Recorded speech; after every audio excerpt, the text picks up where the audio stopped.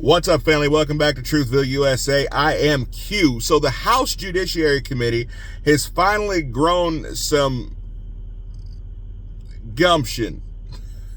They finally decided that they are going to go after Merrick Garland, and they're going to hold him in contempt of Congress. Now, hold on real quick. Let me lay some groundwork and explain to you why this actually is significant. So if you guys remember, I spoke a few weeks ago on how the House Judiciary Committee has been trying for months to get the audio version of the interview that took place between Special Investigator Robert Hur and between President Biden. Now, the issue is that the House Judiciary Committee already has the written transcript. But from what is being told, the written transcript is missing some information that was actually on the audio version. Normally, people would say, well, that's just a conspiracy theory. But being that Robert Hur has produced this written transcript, and being that Merrick Garland refuses to hand over this audio version, it would lead you to believe that the information on one doesn't match up with the information on the other. He says there's no reason for them to have that. It would just serve to further divide people. Well, excuse me, the House Judiciary Committee, if they have an independent investigator, Robert Hur, saying that the president does not have the mental acuity to stand trial, then I would think that the House Judiciary Committee needs to hear the actual conversation. You can read something, that's why I don't like texting. You can read something over and over again, but without hearing the voice and the tense and the mood behind what's being read, it's totally different, right?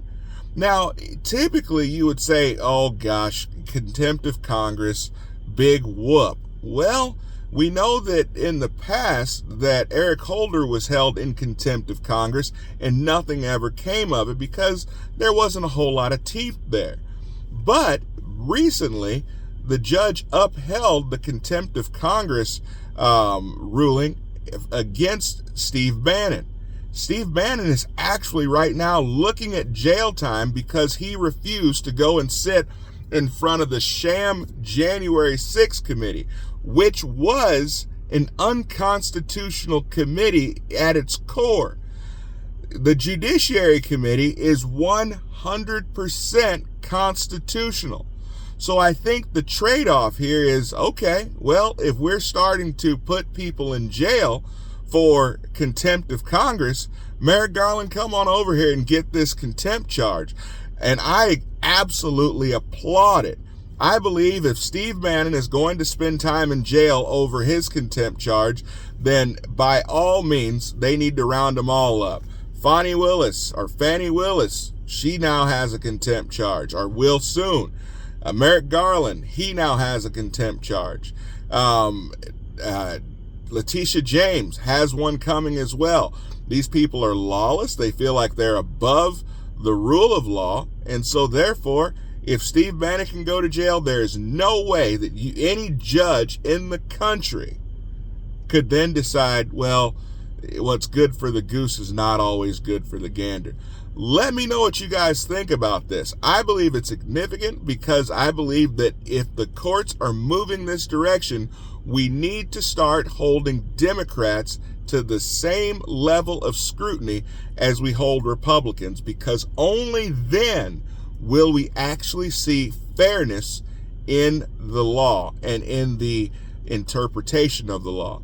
I'll see you guys next time. Comment below, like, share, subscribe to the channel. I need your subscriptions. Please help us grow this channel. I'll see you next time. Be blessed.